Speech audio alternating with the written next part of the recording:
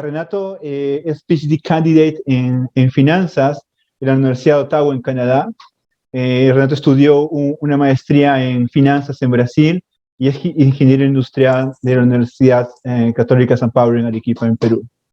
Renato, entonces una de las preguntas que tenemos es, eh, ¿por qué decidiste seguir el PhD en finanzas? Perfecto, gracias por la presentación, por la invitación y las preguntas, Hamilton.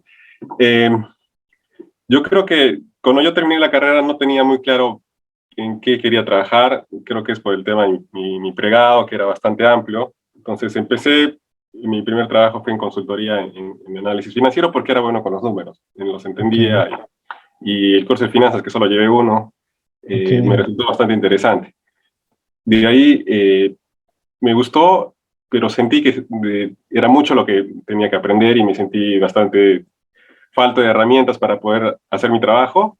Y cuando quería hacer mi trabajo no entendía los conceptos por detrás, los usaba, pero decía, ¿y esto de dónde viene? ¿Y por qué esto? ¿Y por qué este modelo? ¿Y qué significa? Entonces me llené de dudas y cada vez que aprendía me llenaba de más dudas, pero me gustaba más y creo que en ese proceso de trabajar dije, no, esto es lo que me gusta, pero sentí que las opciones laborales no eran lo que me llenaba, me gustaba aprender y creo que era bueno enseñando, entonces dije, ¿por qué no la parte académica? Y ahí es donde sentí que podía eh, dedicarme a esta parte de las finanzas, pero para investigar, porque me gustaba mucho aprender, y con la posibilidad de enseñar también. Entonces busqué y eso me llevó a Brasil, y de Brasil, bueno, aquí a Canadá, pero creo que fue el tema que le encontré mucha pasión, mi pasión era aprender finanzas y encontraba mucha satisfacción en hacerlo.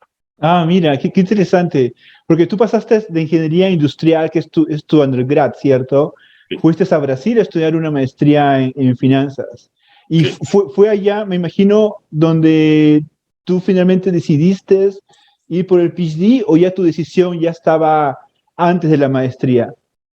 Antes de la maestría tenía una idea, pero creo que es algo natural en nuestro contexto, que era una idea que realmente era muy diferente a lo que es, ¿no? Entonces yo decía, Claro. bueno, seguramente es aprender bastante y realmente saber tanto como para ser un doctor, pero no sabía lo que implicaba. Cuando fui a Brasil realmente fue un choque muy fuerte para mí porque en Brasil las universidades son bastante research oriented y, y ya no eran los libros que nosotros aprendemos en pregrado, era Claro. diferente los papers, era diferente presentar papers, hacer la parte de matemática de los papers, proponer artículos, me golpeó bastante porque era muy diferente a lo que yo sabía de pregrado Interesante. y al comienzo dije, no, esto es muy duro para mí, era muy difícil y me costó bastante, pero creo que conforme fui entendiendo cómo era el proceso de la parte académica, me gustó, pero sí hubo momentos en el que dije, no, esto no es para mí. No. La frustración creo que es natural en el proceso, pero Claro, ese golpe claro. me ayudó Eso es bastante. cierto. Pero, y cuando decidiste ir por el PhD, porque al final fue todo un proceso, ¿cierto? En esa decisión. eh, Cuando dijiste, ya, muy bien, voy a postular al PhD de finanzas, y en ese momento, ¿qué, qué tan difícil fue ser admitido a un programa como el que estás?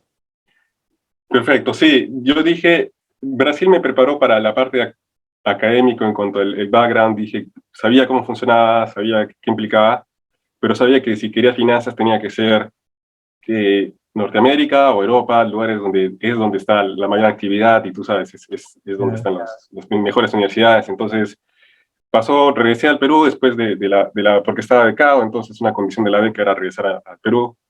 Y al primer año dije, no, sí, tengo el ímpetu de seguir al doctorado, me gusta, pero bueno, vamos a buscar.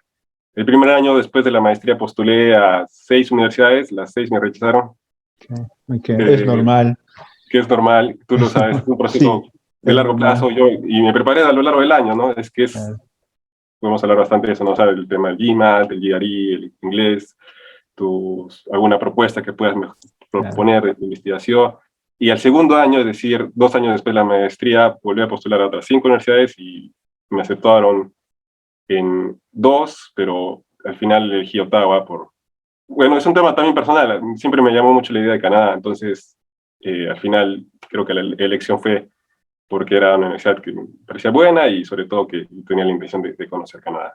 Ah, ok, genial. Y ya, yo me imagino ya luego de haber sido, me imagino que ese día que recibiste el offer letter de admisión, celebraste, saliste a comer, qué sé yo, porque realmente bien challenging todo el proceso de postulación y esperar la respuesta y recibir rejections en el email. Esto es Ah, emocionalmente bastante complicado. Y cuando fuiste admitido dijiste, muy bien, me voy a Canadá, voy a estudiar. ¿Y cómo fue el primer año del doctorado en finanzas? Esa es una muy buena pregunta porque creo que, no sé, en la experiencia de otros colegas tuya, yo sentía que estaba preparado en cuanto a que, bueno, sé más o menos cómo es el proceso, en qué consiste en un programa que es básicamente research. Eh, el tema emocional fue fuerte en cuanto a que, bueno, era un país nuevo. Felizmente tuve la opción, la posibilidad de encontrar amigos, inclusive un amigo peruano que conocía de Arequipa. Las Genial. probabilidades nunca son cero, las probabilidades nunca son cero. Era un amigo que conocía en Arequipa y por esas cosas de la vida vive en Ottawa y yo sin Wow. querer, no lo conocí, no le no, sin mentirte, no hablaba con él casi después de 2 o 3 años y me lo encontré en un matrimonio, le Y dije que me habían aceptado y en Ottawa, y él me dijo que en Ottawa, y él vivía hace 3 años acá en Ottawa. wow. Eso es súper, o sea, es realmente súper útil, ayuda un montón. Fue básico porque yo llegué y me estaba esperando y me dio hospedaje durante 2 o 3 semanas hasta que encontré dónde ir. Y Claro. a veces uno piensa que es, bueno, es manejable, pero el choque cultural, idioma, la universidad, es mucho estrés, ¿no? Porque uno llega y tiene que ver el tema de la matrícula, bueno, conocer cómo es la universidad, todos los procesos de registro, tú sabes, el tema migratorio, tus papeles, el banco, es tantas cosas que el comienzo es duro, entonces, a Dios gracias, pude tener a alguien que me acogió al comienzo y ese rush que uno llega de emoción de estudiar te ayuda a pasar esa primera etapa que es difícil y bueno, decir ya, empecemos, ¿no? Pero sí, el primer año fue muy duro, los cursos son duros eh, y es un tema de bastante autoaprendizaje, automotivación Eso es y, cierto. y sí, fue bastante duro emocionalmente, académicamente. Y Ese primer año, los cursos, ¿cómo lo sentiste? ¿Qué cursos típicamente llevaste el primer año en el PhD de finanzas? perfecto. El tema que ahora el programa de Ottawa es relativamente joven. Soy de la tercera promoción, si no me equivoco. Entonces, estábamos siguiendo el mismo formato americano, ¿no? 2 años de cursos, luego 2 o 3 años de research. El primer año los cursos que teníamos son de micro, de teoría de juegos, micro avanzada. De ahí tuvimos cursos de asset pricing y corporate finance. Okay. Entonces, con un enfoque especialmente en corporate, creo que es el fuerte del departamento, y en el segundo, la segunda parte del primer año era econometría, series de tiempo, y llevamos un curso también de metodología de la investigación, ¿no? Okay, Search okay. proposal, todo. Entonces era una parte de fundamentos micro, parte de pricing corporate y fundamentos, digamos, De econometría y research. toda la parte metodológica. Ahora, después de esos 2 años, en el programa de finanzas, usualmente tienes lo que se llama como el Comprehensive Exam, ¿cierto? Que es distinto al de Econ. En Econ llevan el primer año, que son los qualifiers o los preliminaries, es distinto. Nosotros en finanzas llevamos el segundo año. ¿Cómo fue esa experiencia? ¿Cómo te preparaste? ¿Qué tal sentiste esa experiencia? Cuéntanos un poquito sobre eso. Perfecto. Eso sí, te comento, eso fue algo atípico, creo, en mi caso, porque yo era estimado hacerlo al final del segundo año y que vendría a ser el invierno, ¿no? En este hemisferio, ¿no? Entonces, se dio que justo empezó la pandemia del COVID, Ah, ok, aproximadamente, entonces ok. se postergó y hasta fin de año, entonces se retrasó unos 8 meses, lo que debía ser, que me retrasó el programa también. Y te dio un poco más de tiempo, entonces. Así es. Fue un tiempo de incertidumbre, fue bastante complicado porque, claro, eso no sabíamos, teníamos que coordinar con los profesores, Claro. con nosotros alumnos, algunos profesores se fueron a sus países, algunos alumnos también, y la universidad también no sabía qué hacer porque el tema administrativo, todo fue bastante, digamos, el comienzo no sabíamos qué hacer. Claro. Pero sí me dio algo más de tiempo, al final lo pude hacer. Fue un proceso bastante, claro, es un pico en cuanto a estrés. Claro. Felizmente ahí me ayudó mucho mi supervisor. Creo que personalmente la experiencia que he tenido en el programa ha sido definida mucho por mi supervisor. Él ha sido muy, muy bueno en cuanto a la dirección que me ha dado, su experiencia y especialista en el área. Entonces, enfocó un comprehensive que era diseñado para mí, en cuanto que decía, me dijo, esto tienes que investigar, entonces esto tienes que enfocarte, y fue bastante tenso porque era parte escrita, oral, Claro. y fue mucho el trabajo que dedicas, pero me gustó, fue un proceso que a mí me gustó mucho, sentí que pude aprovechar los 2 años y agradezco mucho a mi supervisor, sobre todo porque él Está genial. supo enfocarlo a lo que necesitaba. Eso está súper genial. Y luego de pasar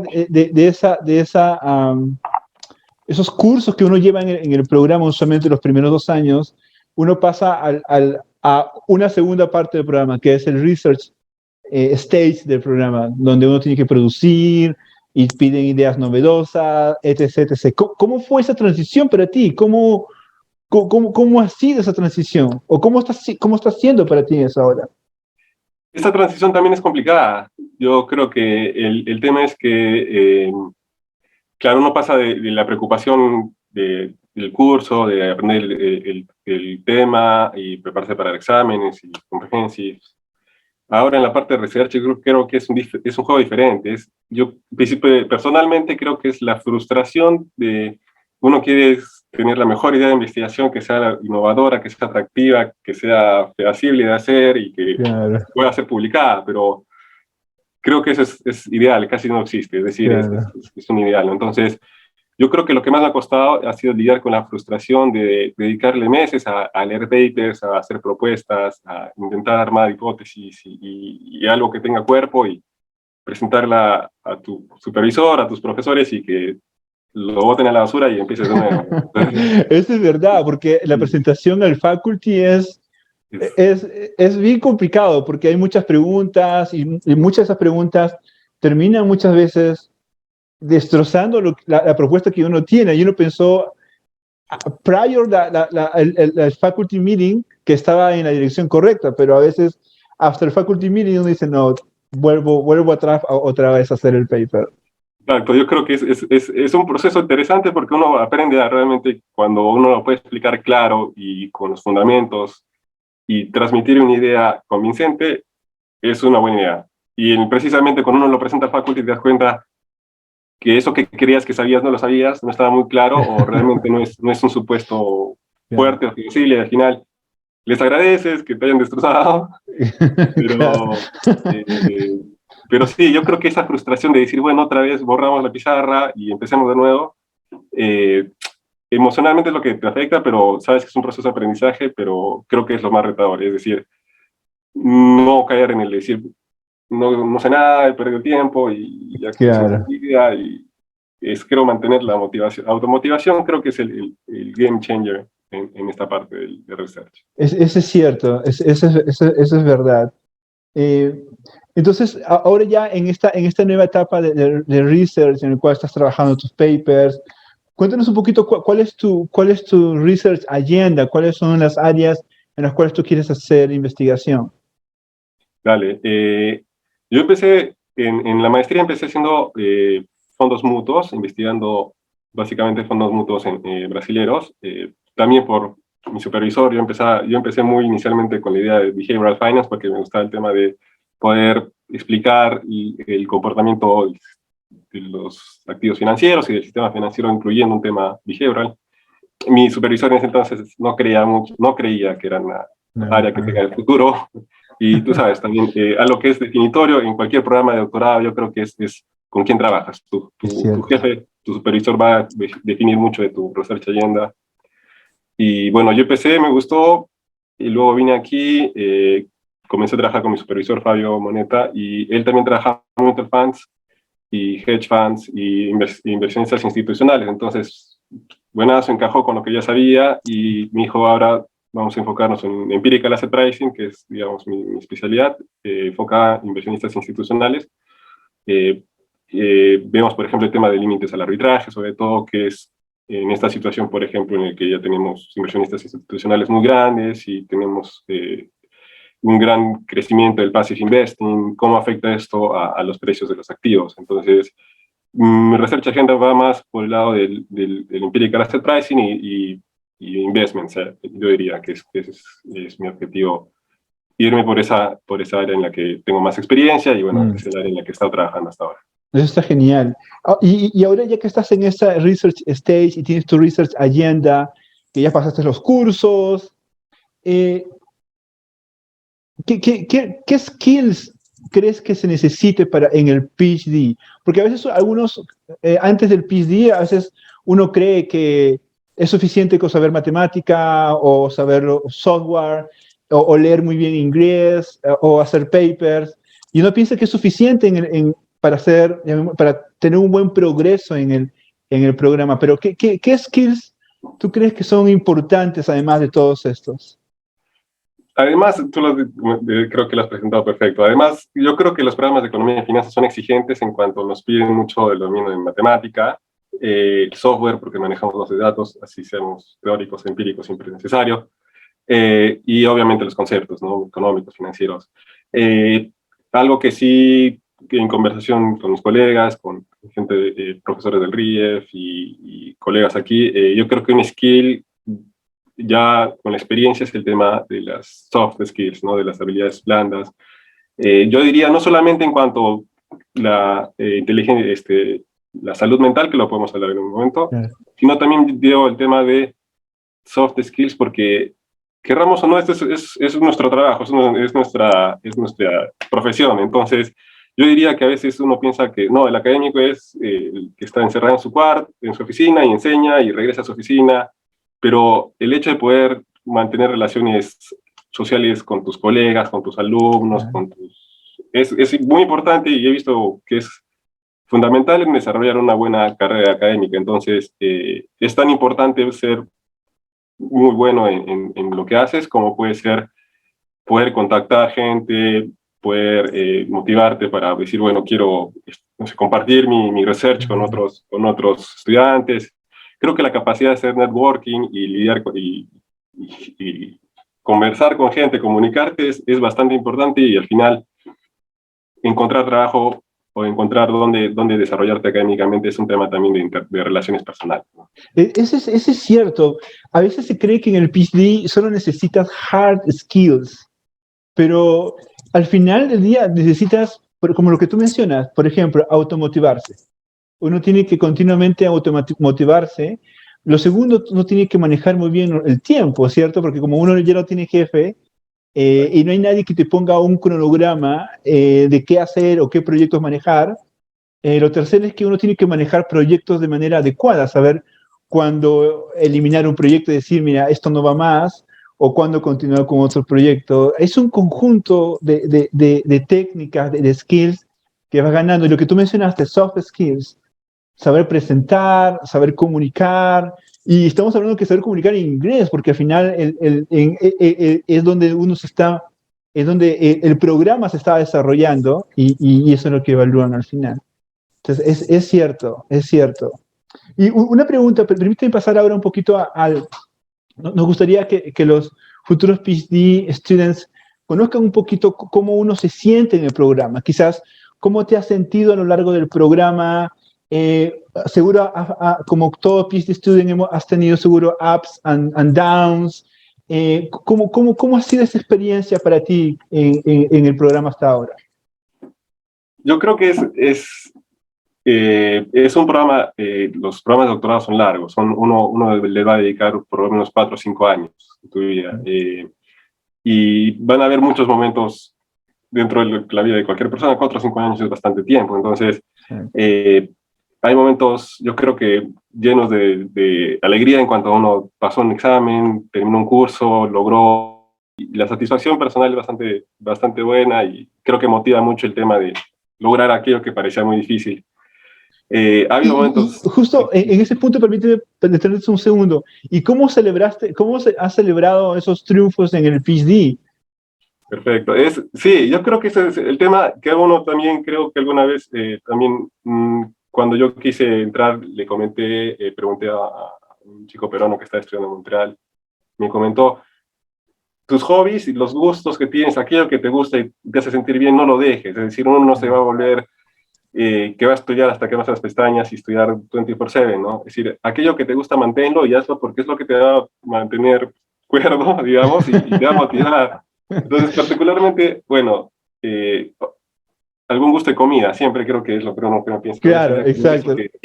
que he querido siempre y usualmente a veces uno al comienzo, o ciertos momentos, uno ahorra, digamos, financieramente es todo un tema, no lo podemos conversar, pero lo primero que pensaba era eso, voy a comer algo que hace tiempo que quiero, que me he privado por X y Y motivos, por salud, Claro, no me importa nada, claro. voy a ir, no Y sé, voy al comer aquí. restaurante o a buscar comida peruana, quizás, Exacto, o qué sé yo.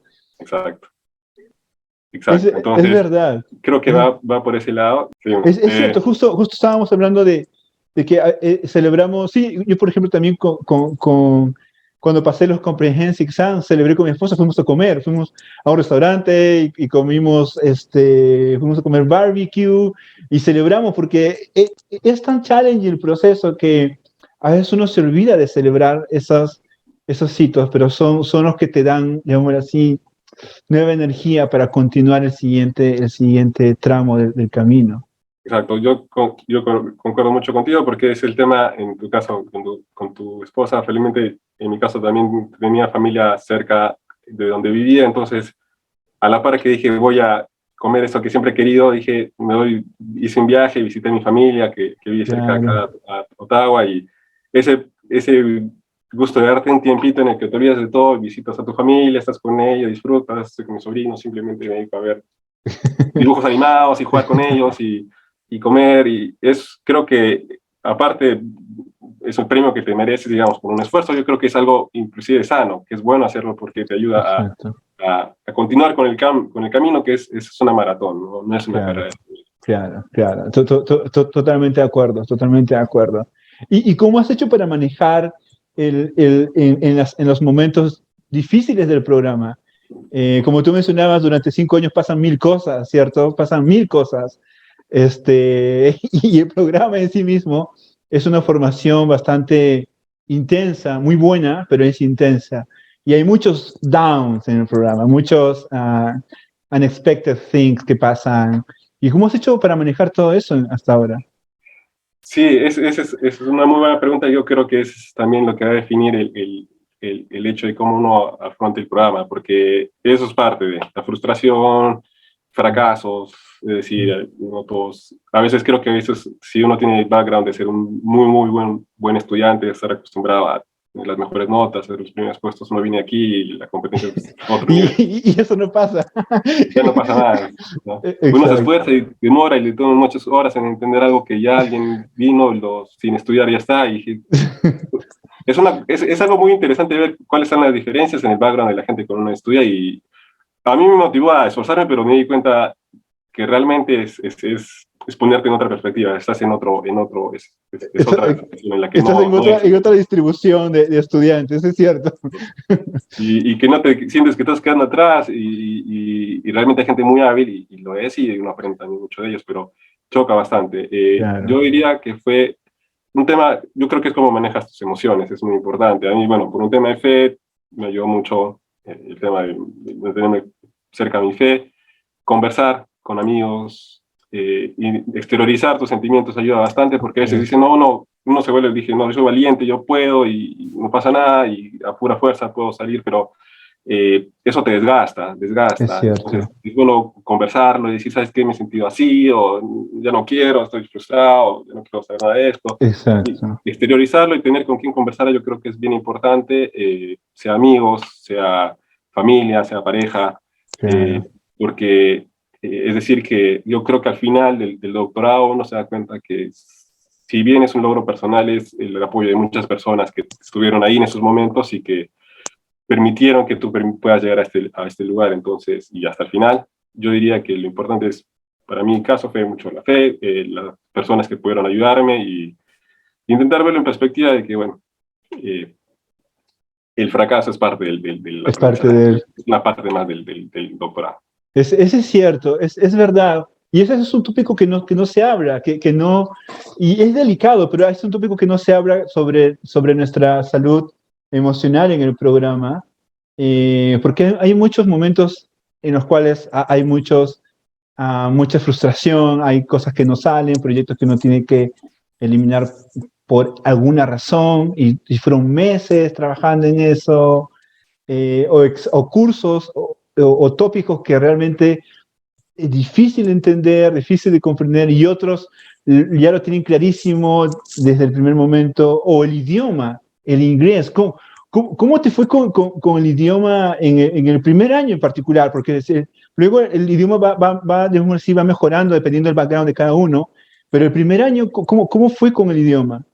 Esa es una muy buena pregunta, Hamilton, te agradezco bastante. Yo creo que eso también ayuda mucho el tema de cómo tú lidiar en el primer año con el tema de los retos. El idioma, claro, uno lo puede aprenderlo, no sabe, tiene las certificaciones que sean necesarias, pero llegar aquí ya es otra realidad, ¿no? Entonces, desde el momento en que tú vas al supermercado a comprar algo, a hacer un trámite para tus papeles al banco o de visa, estás en constante interacción con personas de muchos lugares. Pueden ser nativos americanos, nativos, Ya. gente que lo tiene como primer idioma, gente como tú que lo tiene segunda, tercera lengua. Entonces, fue difícil acostumbrarse a intentar uno meterse lo más posible, ¿no? De hecho, leer, escuchar, vivir todo en inglés.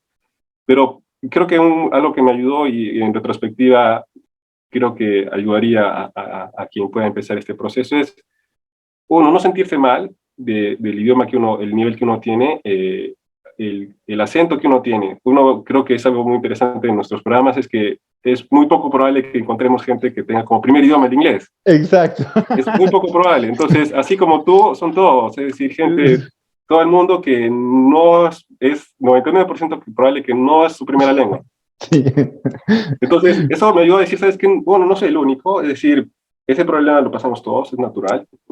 Los profesores mismos que tenemos tampoco tienen como el inglés el primer idioma. Es cierto, es cierto. Yo me acuerdo que en el primer curso de econometría que llevé en el primer año, mi profesor era de South Korea, y había palabras de econometría que, bueno, uno lee en el libro y dice, bueno, esta es, pero cuando él las mencionaba, yo no entendía, decía, ¿qué exactamente? Hasta que un momento, no sé cómo, pero y esa palabra, lo que está diciendo con lo que realmente es cierto, es verdad, Claro, es verdad. y eso a mí particularmente me ayudó mucho a poner en perspectiva, uno, de no ser muy duro contigo mismo. Yo creo que eso es Yeah. también un mal que nos afecta a todos. Tenemos así como el síndrome del impostor, que tenemos que no nos creemos, es decir, bueno, nos dudamos mucho de nuestras habilidades. Yo creo que eso ocurre mucho con el inglés. A veces decimos, no, pero yo tengo que hablar perfectamente y presentar y que todo el mundo entienda y sea fluido.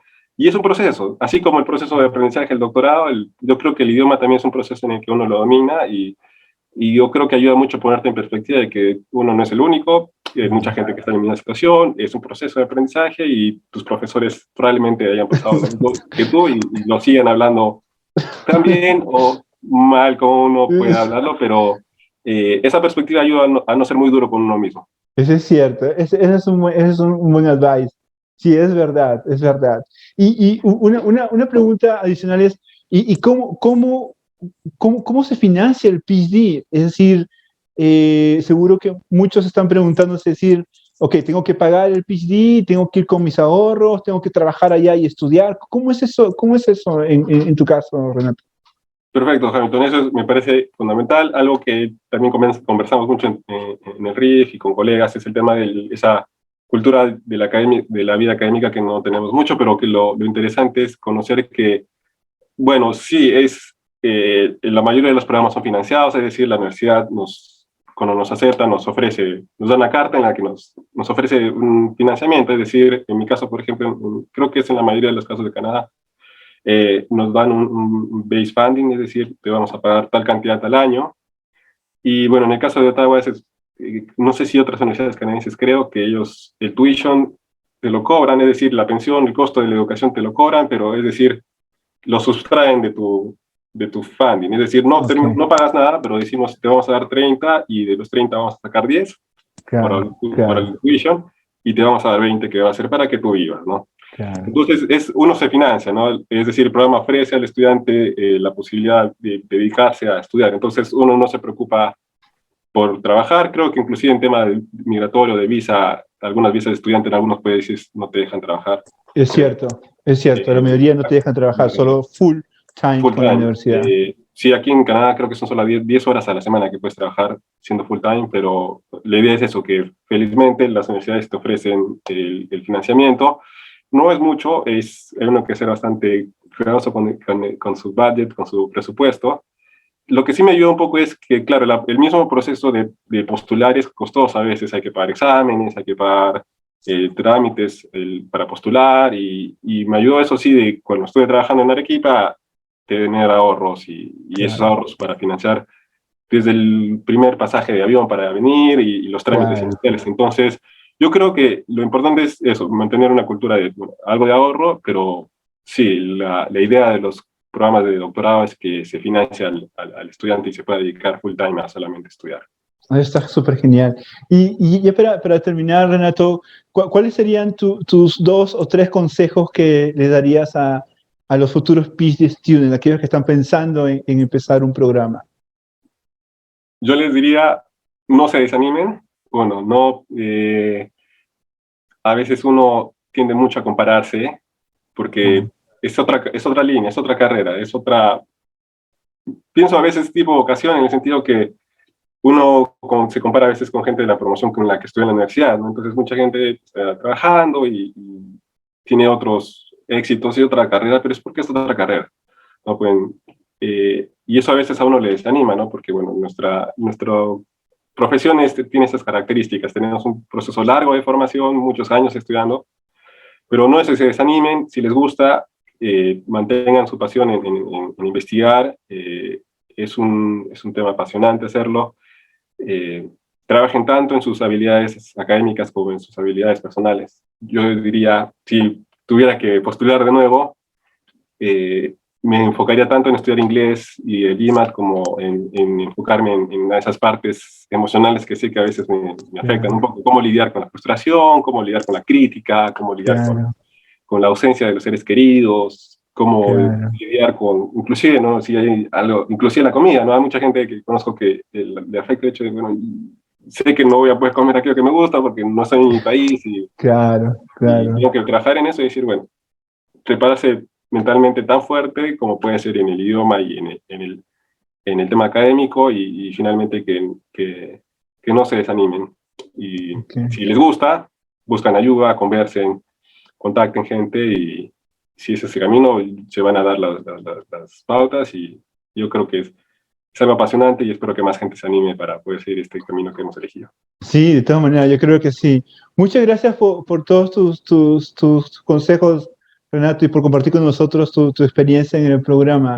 De Gracias todas a ti. maneras, seguro ya tendremos una segunda ronda de interviews en el cual nos contarás un poquito más sobre tu research, nos contarás un poquito más sobre qué estás trabajando, sobre dónde estás pensando en continuar la vida académica, o en qué lado si vas a la industria o a la academia o quieres hacer ambos.